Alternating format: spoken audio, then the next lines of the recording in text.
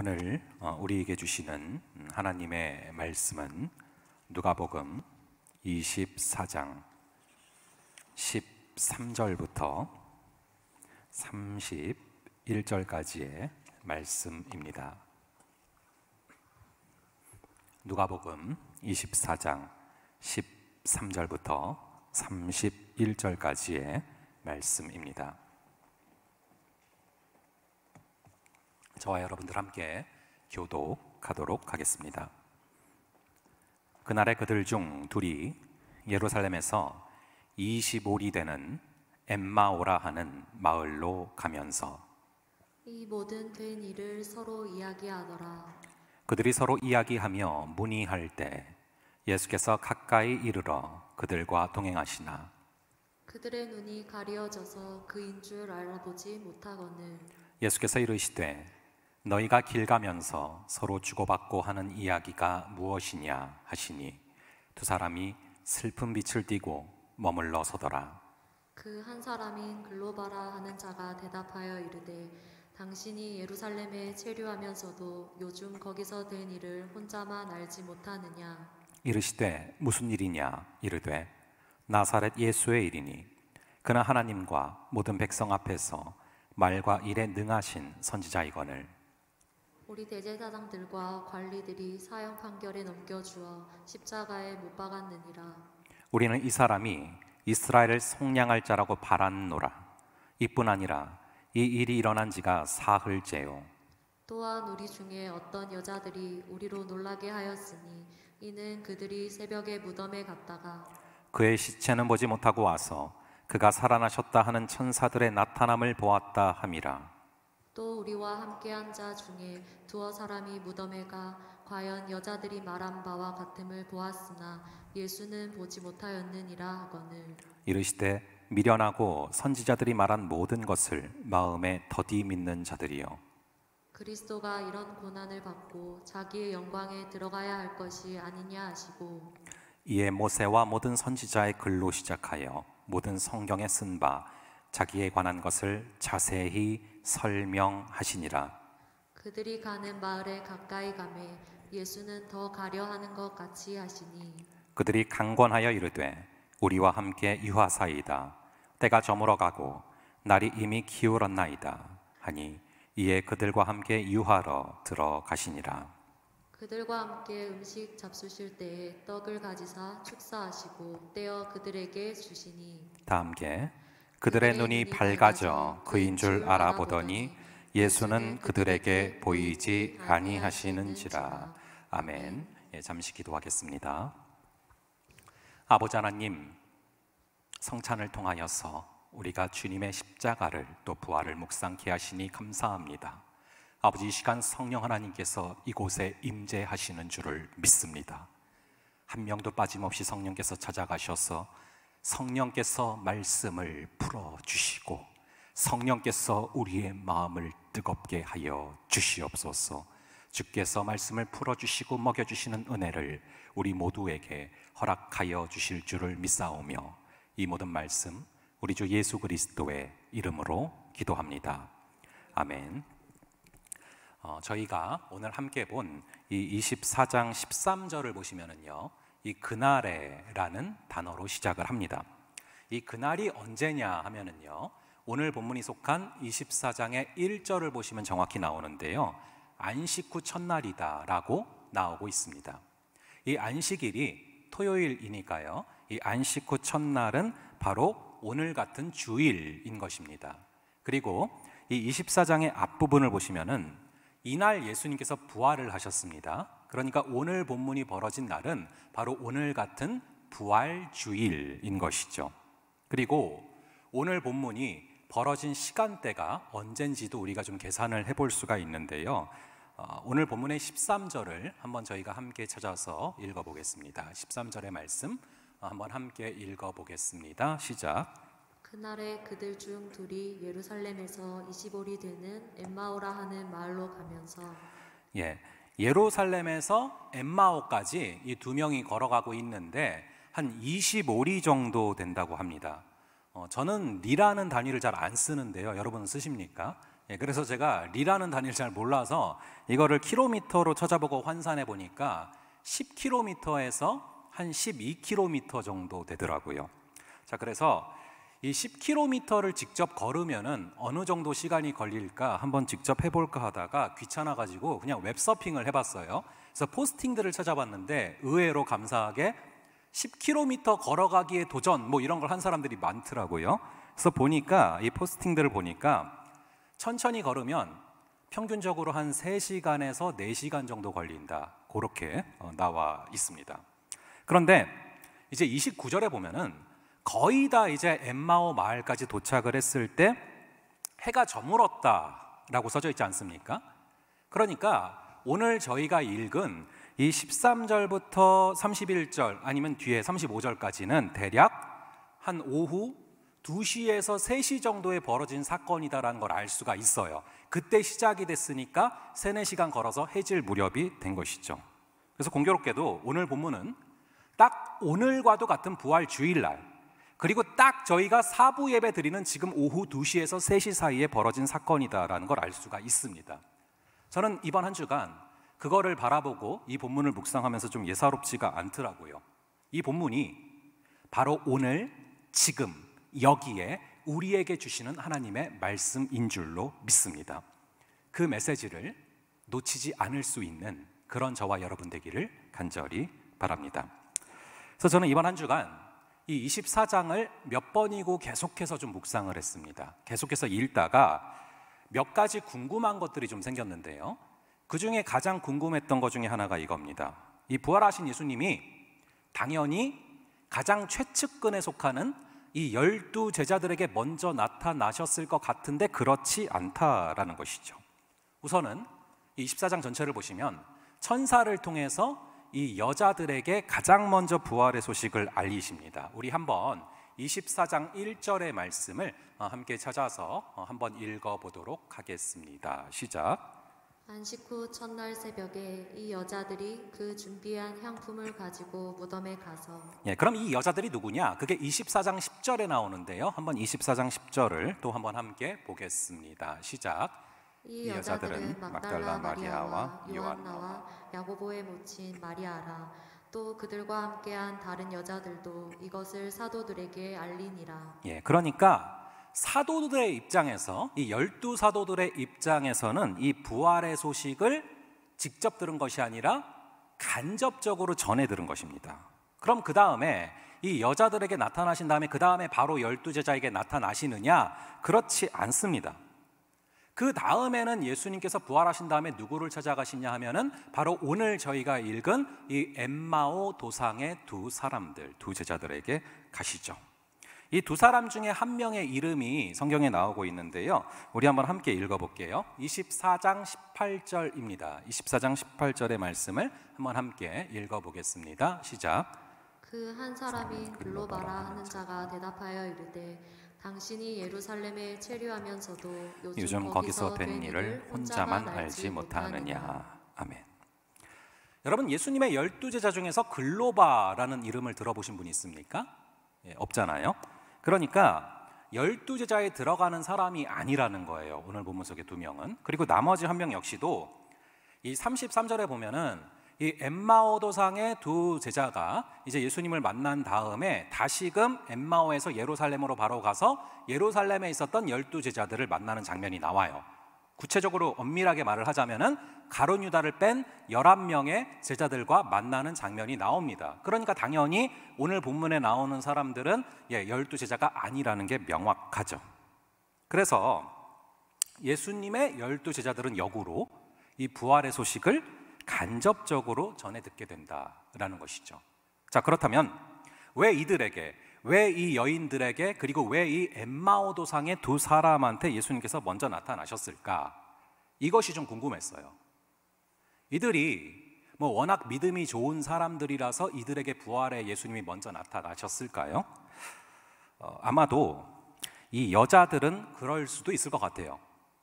우선은 그 새벽에 무덤에 간다라는 것은 굉장히 무섭고 컴컴하고 쉽지 않은 그런 일이죠. 근데 이 여자들은 무서움보다도 주님을 향한 그 사랑이 훨씬 더 컸기 때문에 글로 간 겁니다. 쭉 보시면은 여자들만 갔잖아요. 그래서 이 남자들이 뭐 의리가 되게 많이 있고 그럴 것 같은데 의외로 살아보면은 여자들이 이 의리가 굉장해요. 따라갈 수가 없습니다. 일반적으로 여자들이 믿음이 좋아요. 그래서 한국 교회가 여기까지 온 거는요, 거의 파라른 권사님들의 기도 덕분이다라고 말을 해도 이렇게 과언이 아닐 정도로. 자, 그런데 그럼 단순히 오늘 본문에서 예수님을 먼저 만난 사람들이 믿음이 좋아서 예수님을 만난 거다라고 말을 하기에는 엠마오 도상의 두 사람이 좀 걸려요. 우리 누가복음 24장 17절을 한번 볼게요. 누가복음 24장 17절의 말씀 한번 함께 보겠습니다. 시작. 예수께서 이르시되 너희가 길 가면서 서로 주고받고 하는 이야기가 무엇이냐 하시니 두 사람이 슬픈 빛을 띠고 머물러 서더라. 이들은요, 부활주일인데 절망하고 있어요. 슬픈 빛을 띠고 있죠. 부활이 없는 부활절을 보내고 있습니다. 게다가 24장 21절도 한번 볼게요. 24장 21절 한번 함께 읽겠습니다. 시작. 우리는 이 사람이 이스라엘을 속량할 자라고 바랐노라. 이뿐 아니라 이 일이 일어난 지가 사흘째. 자, 이 사람이 이스라엘을 속량할 자라고 바랬노라. 과거형이에요. 지금은 바라고 있지 않다는 거예요. 그래서 예루살렘으로 오신다고 했었는데 그 약속이 이제 끝났다 생각하고 그래서 엠마오로 가는 것입니다. 오죽하면은 예수님께서 이 둘한테 25절에서 한마디 더 하시지 않습니까? 우리 25절도 한번 함께 읽어볼게요. 25절 읽어보겠습니다. 시작. 이르시되 미련하고 선지자들이 말한 모든 것을 마음에 더디 믿는 자들이여. 믿음이 약하다라고 예수님이 대놓고 말씀을 하십니다. 여기서 명확하게 우리가 알 수 있는 게 있어요. 이 부활의 능력을 체험하는 순서는 꼭 우리의 믿음의 순서대로는 아니라는 겁니다. 우리 주님은 믿음이 좋은 자에게도 찾아가시지만 믿음이 좋지 않은 자에게도 나타나세요. 아니, 오히려 믿음이 흔들리고 있는 자들에게 먼저 찾아가셔서 회복을 도우시는 그러한 모습을 보게 되죠. 예수님께서 이 부활하시고 이제 승천하시기 전까지 이 40일 동안에 주로 하신 일들이 무엇인가를 좀 많이 묵상을 해봤어요. 그랬더니 주로 한 사람 한 사람 신방을 가셔서 인격적인 대화를 통해서 이 부활의 신앙을 심어주시더라고요. 이 도마한테도 그러셨고 그리고 글로바와 또 다른 한 사람한테도 그러셨죠. 주로 1대1로 아니면 1대2로 이렇게 신방을 진행하시면서 부활의 신앙을 심어주시는 모습들을 많이 보게 됩니다. 주로 믿음이 약해서 엠마오로 떠나고 있는 사람들 잡아서 다시 오시는 거예요. 이렇게 부활의 주님을 만나는 순서는 절대 우리의 믿음의 순서대로가 아닌데요, 이게 참 감사한 것 같습니다. 즉 우리의 어떠함에 달려있는 것이 아니라 주님의 열심에 그것이 달려있다라는 것이죠. 그러니까 우리처럼 부족하고 믿음이 약한 자들도 부활의 주님을 체험하고 이 부활의 능력을 경험할 수 있는 것이 아니겠습니까? 자, 어쨌거나 다시 질문으로 돌아와서 부활의 주님을 가장 먼저 체험한 것이 12제자가 아니다라는 것이죠. 사실 12제자는 예수님과 가장 가까웠고 가장 최측근이었고 예수님과 3년을 거의 같이 살다시피 했는데 아마도 70인 제자에 속한다고 추정이 되는 이 엠마오 도상의 두 제자에게 먼저 나타나셨다라는 것은 12제자들에게는 다소 자존심이 상하는 그런 일이 될 수도 있는 것이죠. 그리고 이후에 이 12제자의 역할이 없는 것도 아닙니다. 사도행전을 자세히 보면은 결국 부활하신 예수님을 전하는 것은 이 12제자들의 몫이거든요. 그런데 왜 이 12제자들에게 가장 먼저 나타나지 않으셨을까? 이 이유가 생각보다 간단한 것 같아요. 이 사도행전을 쭉 묵상을 해보니까요, 이 사도들이 이 부활의 소식을, 부활의 복음을 전할 때 이 부활의 소식을 전함을 받는 사람들 있지 않습니까? 전도를 하면 전도를 당하는 사람들 있지 않습니까? 근데 그 사람들은 부활하신 예수님을 만날 수가 없어요. 왜입니까? 이미 사도들이 부활의 소식을 전할 때는 이미 예수님이 승천을 하신 상태입니다. 그래서 이 부활의 소식을 전해 듣는 사람들은 의심 가운데 말로 그냥 간접적으로만 이 부활의 소식을 들어야 되는데요, 그래서 거꾸로 역지사지로 이 사도들한테 먼저 그냥 그 소식을 말로 전해 듣는 그 경험을 허락하신 것이죠. 저는 그것이 아닐까라는 생각을 하게 됐습니다. 그 심정과 사정을 알아야 그들에게 제대로 복음을 전할 수 있지 않겠습니까? 원래 이 어떤 상처를 받은 사람이 그 상처에 대한 상처 입은 치유자로서 그 상처를 온전히 치유할 수 있는 것, 그것과 굉장히 흡사한 원리입니다. 그러고 보면요, 오늘 우리가 읽은 이 구절들을 찬찬히 살펴보면은 우리 예수님께서 참 우리의 눈높이에 맞추어서, 참 답답하실 텐데도 우리의 눈높이에 맞추어서 참 일을 해주시고 우리의 눈높이에 맞추어서 복음을 전해주시고 일을 이루어 가신다라는 것을 많이 확인을 하게 돼요. 말 그대로 understand, 우리 입장에 같이 낮은 곳에 서셔서 우리의 눈높이에 맞춰서 역사를 해 나가신다라는 것이죠.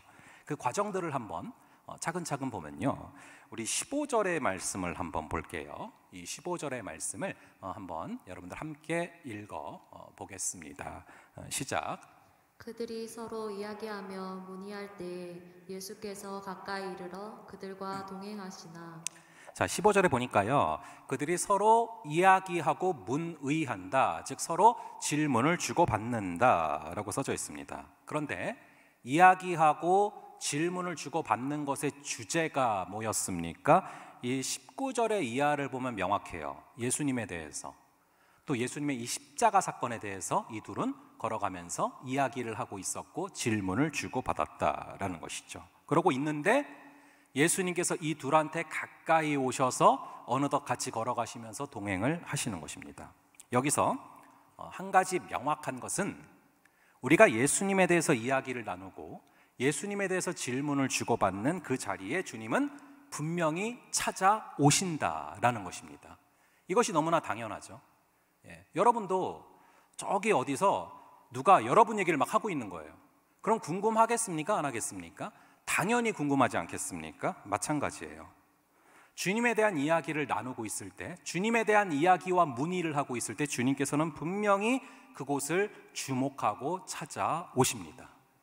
이 부활주일 오후 예수님에 대해서 이야기를 나누고 예수님에 대한 말씀을 나누고 있는 지금 이곳에 주님의 시선이 주목해 있는 줄을 믿으시기 바랍니다.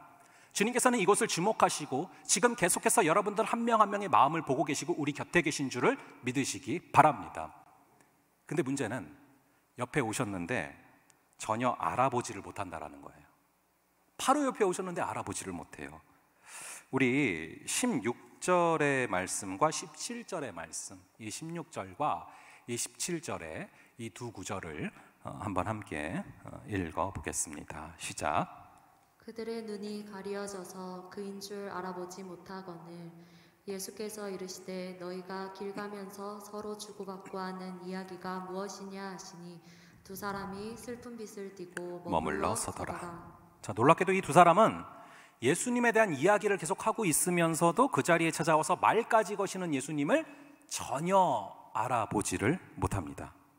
그런데 하나 더 신기한 것은 전혀 못 알아보는 두 사람에게 예수님께서 내가 바로 예수야 라고 정답을 얘기를 하지 않으신다는 거죠. 오히려 전혀 못 알아보는 그들에게 내가 예수인데 왜 못 알아봐? 이런 게 아니고요, 오히려 어떻게 하시냐면은 너희가 주고받는 이야기가 뭐냐라고 물어보시면서 자연스럽게 그들의 대화 가운데 스며드시면서 같이 걸어가고 계시다라는 거예요.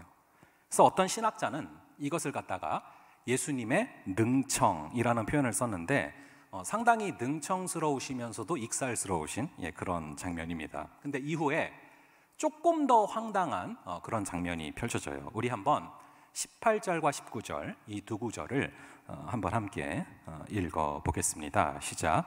그 한 사람인 글로바라 하는 자가 대답하여 이르되 당신이 예루살렘에 체류하면서도 요즘 거기서 된 일을 혼자만 알지 못하느냐.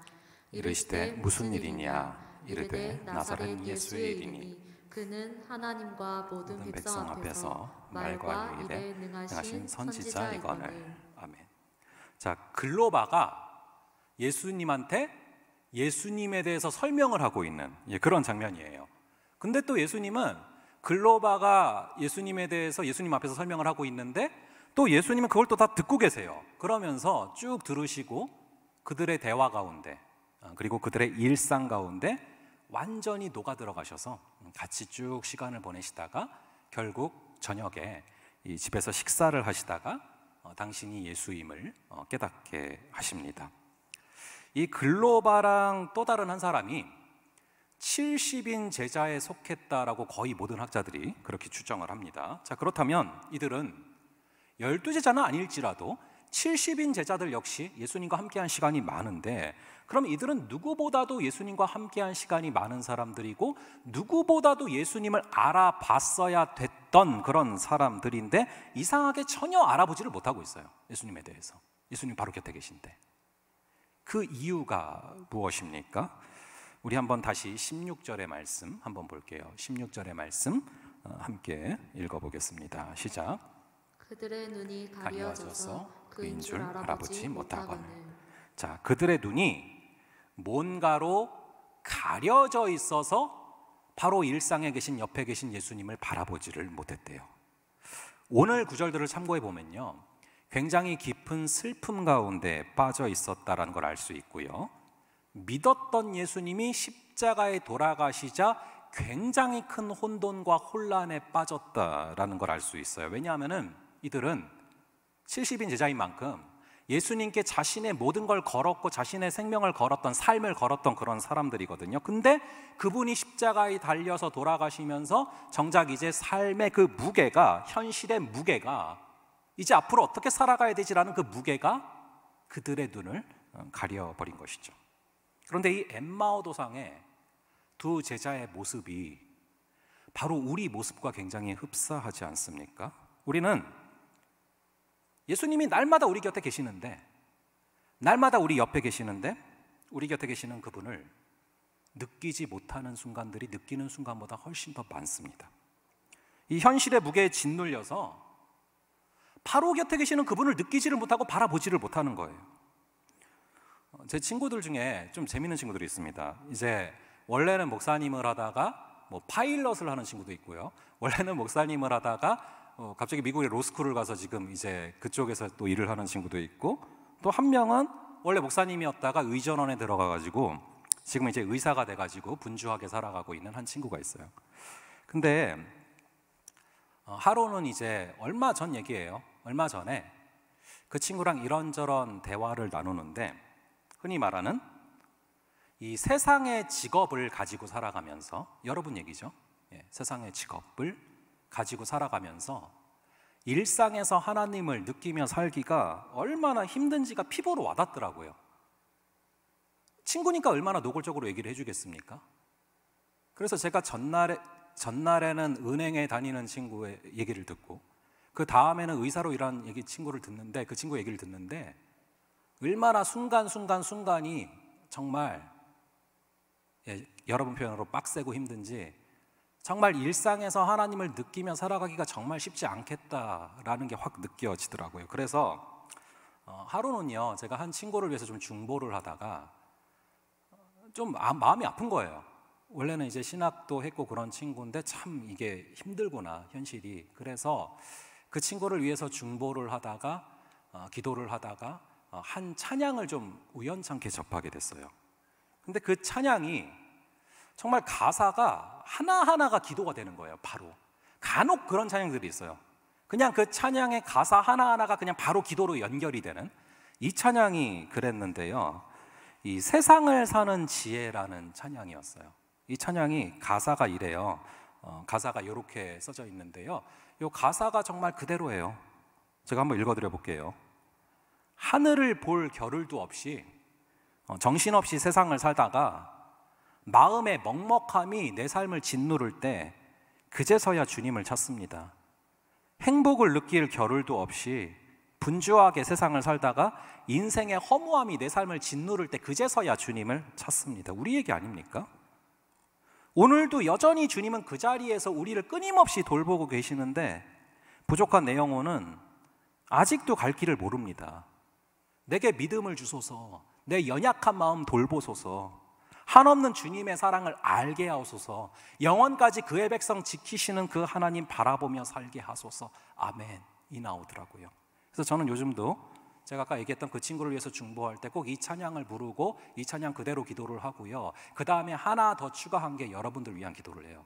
하나님 사랑하는 청년부 친구들 일상을 살아갈 때 이 가사 그대로 이것이 우리 청년들 가사 되게 하여 주시옵소서라는 기도를 합니다.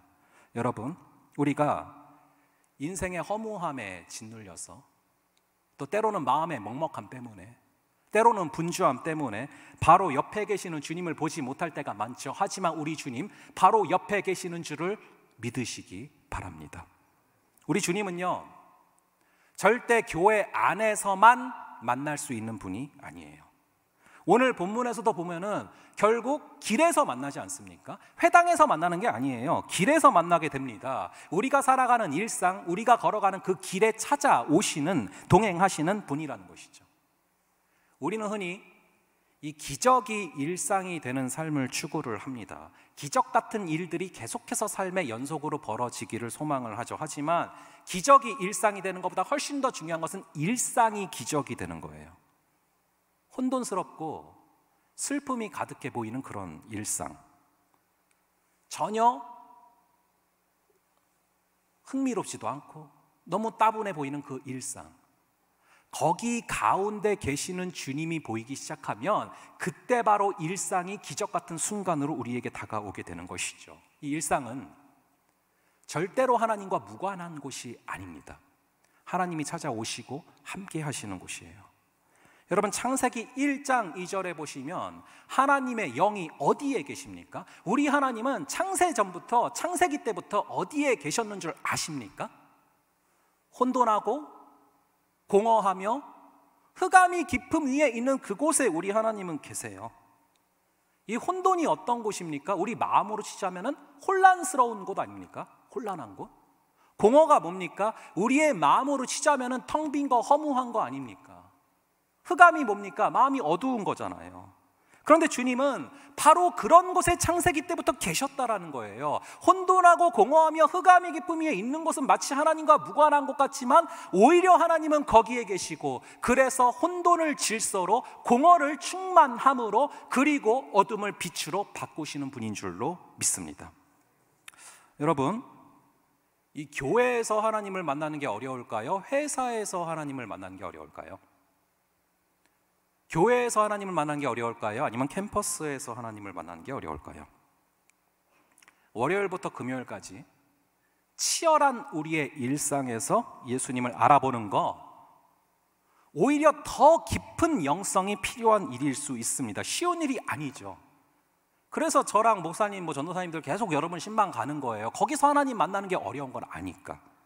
그래서 슬픔이 가득한 이 엠마오 도상에서 예수님을 알아보는 것은 어쩌면 예루살렘에서 예수님을 알아보는 것보다 훨씬 더 어려운 일일 수가 있다라는 것이죠.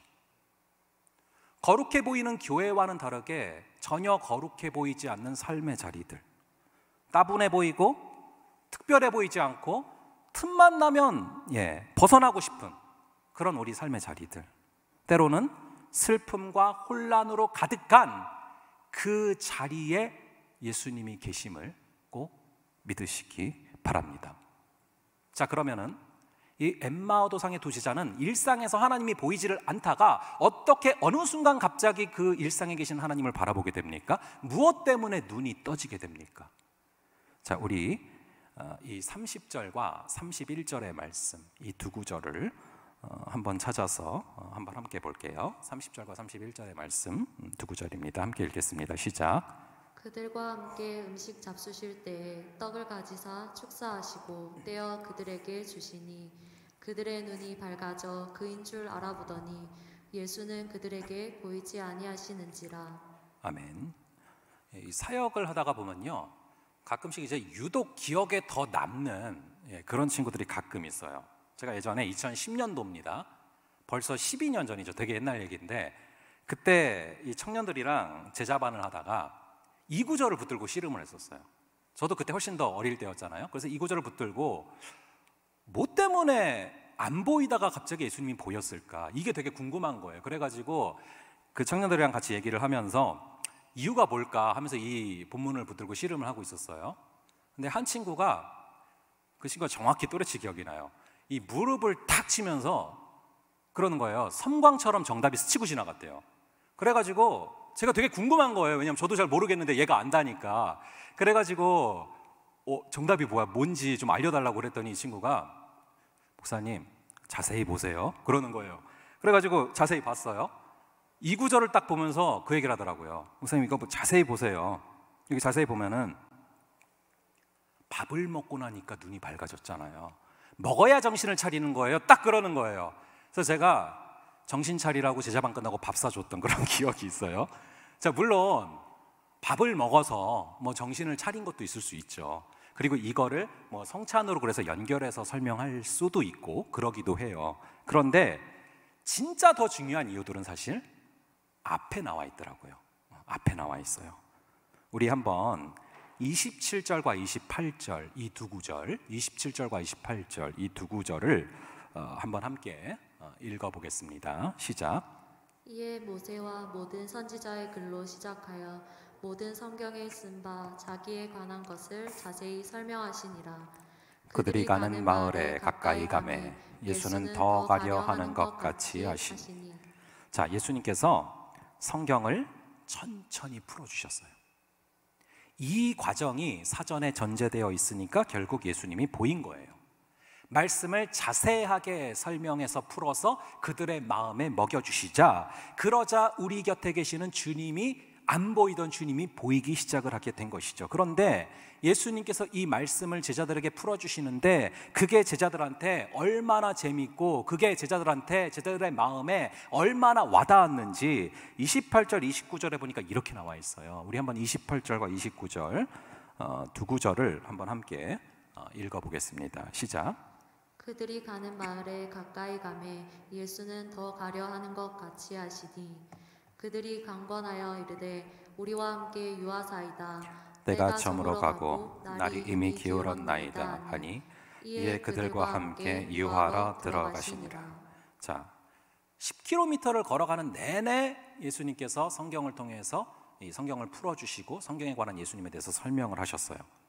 아까 말씀드렸다시피 3-4시간이에요. 3-4시간이면 거의 수련의 집회 수준 아닙니까? 근데 이 3-4시간을 예수님이 계속 걸어가면서 말씀을 풀어주시는데 그 시간이 너무 빨리 지나가고 너무 몰입이 된 거죠. 그러니까 29절에 보면은 엠마오 도상의 두 제자가 뭐 했다고 나옵니까? 강권했다, 강하게 권했다는 거죠. 날도 저물었는데 우리 집에 좀 들어가시죠.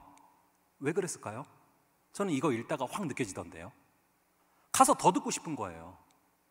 이게 더 듣고 싶은 거예요. 그래서 강하게 권하면서 누군지도 모르지만 이분이 좀 집에 들어오시라고 해가지고 들어오는 거죠. 저 같아도요, 예수님에게 저자 직강으로 설교를 듣고 예수님에게 저자 직강으로 뭐 제자반 수업 듣고 하면 얼마나 몰입되겠습니까? 그래서 이 제자들이 아주 강하게 권해서 3-4시간을 풀어주셨는데도 집에 데려가서 더 듣고 싶은 거예요. 그분을 모셔서. 그래서 32절에 보면 이렇게 나와 있어요. 우리 32절의 말씀을 한번 함께 읽어 보겠습니다. 시작. 그들이 서로 말하되 우리에게 말씀하시고 우리에게 성경을 풀어주실 때에 우리 속에서 마음이 뜨겁지 아니하더냐 하고. 아멘. 예수님이 성경을 풀어주실 때 우리 속에서 마음이 뜨거웠다라고 말합니다. 간절히 바라기는 이 구절을 여러분들이 살아가는 일상에서 체험할 수 있는 우리가 되기를 간절히 바랍니다. 우리 성령께서 이 성경을 풀어주실 때 성령의 불이 임하는 것입니다. 그래서 이것이 기록이 되어 있는 것이죠. 간절히 바라기는 우리가 매주 설교를 들을 때, 또 우리가 일상에서 말씀을 묵상하며 나아갈 때 성령께서 그 말씀을 풀어주시고 그로 말미암아 성령의 불이 우리 마음에 임하는 역사가 있기를 간절히 바랍니다. 그러할 때, 그것이 심령에 들어갈 때 우리 곁에 계시는 그 주님이 드디어 보이기 시작을 하는 것이죠. 자, 그러한 역사가 우리 가운데 있기를 간절히 바랍니다.